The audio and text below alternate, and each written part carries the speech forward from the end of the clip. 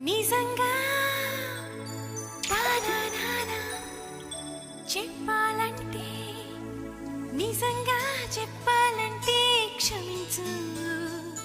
నా పరంగా తప్పే ఉంటే క్షమించు చిరాకే